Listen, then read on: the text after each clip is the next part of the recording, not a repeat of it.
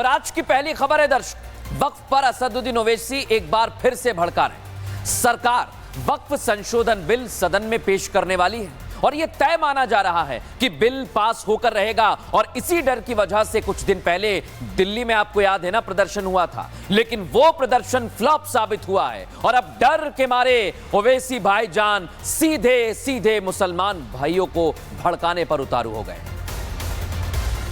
एक तरफ सरकार वक्फ संशोधन बिल को पेश करने की तैयारी में है, तो दूसरी तरफ भड़काऊ भाईजान लगातार भड़काऊ प्लानिंग और बयानबाजी कर रहे हैं। वक्फ संशोधन बिल के खिलाफ कुछ दिन पहले all India Muslim personal law board के नेतृत्व में देश भर से मुस्लिम संगठन जुटे थे, जिसमें से आधे लोगों को शायद पता ही नहीं था कि ये प्रदर्शन क्यों हो रहा है। इसमें AIMIM अध्यक्ष असदुद्दीन ओवैसी भी मौजूद थे, लेकिन शायद वो भाप गए थे कि ये प्रदर्शन फ्लॉप हुआ। इसलिए अब भाईजान ने खुले मंच से मुसलमानों को भड़काने का बयान दिया है।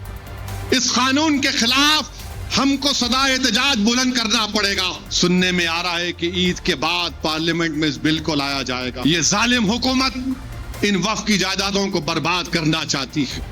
ओवैसी बिल के जरिए वक्फ की संपत्तियों पर कब्जा करने का आरोप लगा रहे हैं और इसलिए वो मजहबी दुहाई दे रहे हैं। हम अल्लाह से दुआ करते हैं कि अल्लाह जो जायदाद का मालिक तू है, हम अल्लाह से भीख मांगते हैं कि परवरदिगार इस कानून को बनने से रुकवा दे।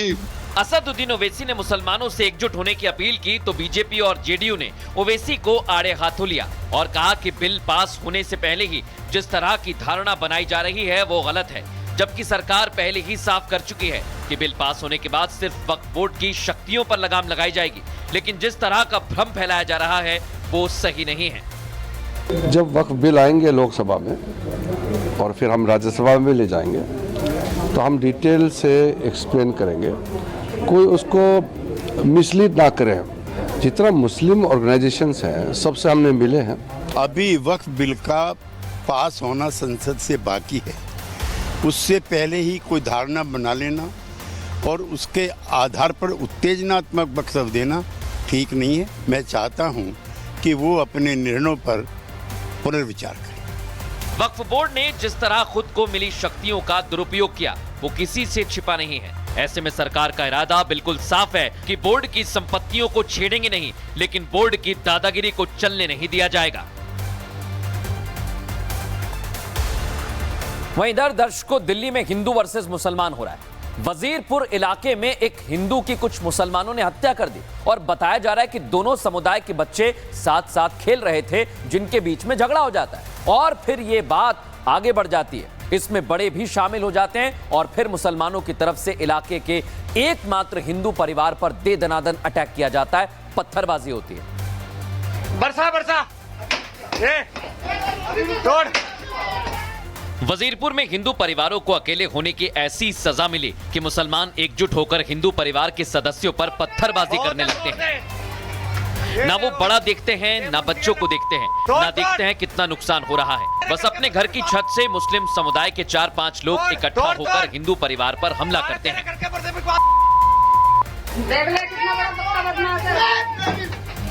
मार तोड़। जो वीडियो वारदात का सामने आया है उसमें भी इरशाद और जमाल नाम के मुस्लिम युवक नीचे मौजूद हिंदुओं पर पत्थर बरसाते दिखते हैं। सड़क पर हिंदू परिवारों के स्कूटर भी खड़े होते हैं, जिस पर ईंट पत्थरों की लगातार बरसात होती है। ये सिलसिला काफी देर तक यूं ही चलता रहता है। पत्थरबाजी होती रहती है। मुस्लिम युवक हिंदुओं को नुकसान पहुंचाने के लिए पत्थर बरसाते रहते हैं। इरशाद और जमाल इस कदर हिंदू परिवार पर धावा बोलते हैं कि इस हमले में उन्हें काफी नुकसान पहुंचता है। उनमें दहशत फैल जाती है।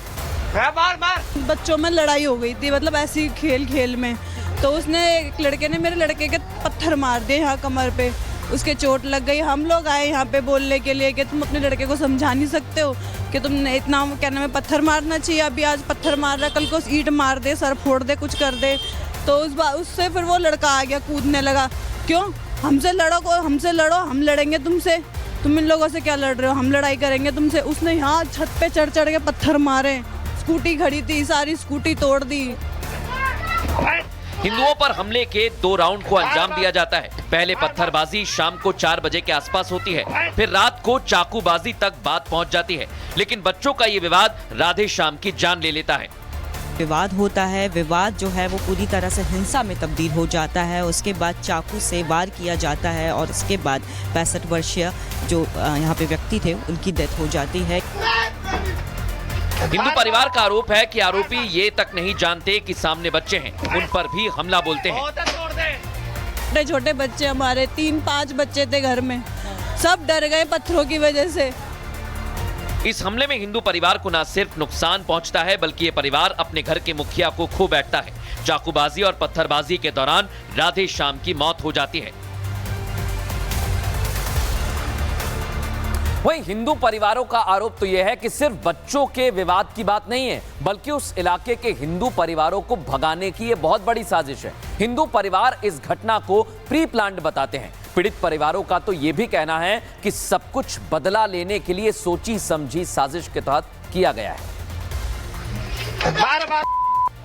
वजीरपुर में मुसलमानों का पत्थरबाजी पर उतारू हो जाना और इस कदर हमला करना कि किसी की जान चली जाए, इस खबर ने सभी के कान खड़े कर दिए हैं। हिंदू परिवार का कहना है कि बच्चे तो केवल हिंसा को अंजाम देने का महज एक बहाना है, बल्कि ये हिंसा साजिश के तहत की गई है, क्योंकि पहले भी मुस्लिम समुदाय के लोग इस हिंदू परिवार को परेशान करते आए हैं।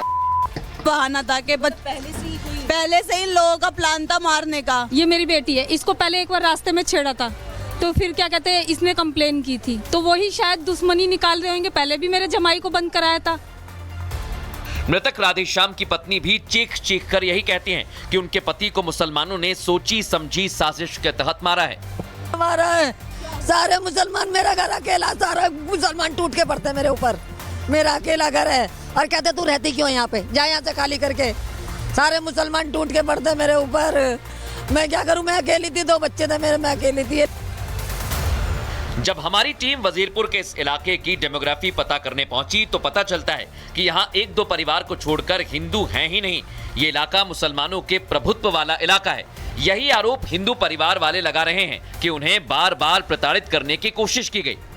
ये जो घर जहाँ पे अभी मैं खड़ी हूँ, जो कि राधे श्याम जी का ये घर है जिनकी हत्या हो गई है, केवल एकमात्र ये घर है जो हिंदू घर बचा है। आसपास सारे घर जो लोगों का कहना है कि वो मुस्लिम लोगों का घर है और उन्हीं की तरफ से जो है आए दिन टिप्पणी की जाती थी, आपत्तिजनक टिप्पणियां की जाती थी।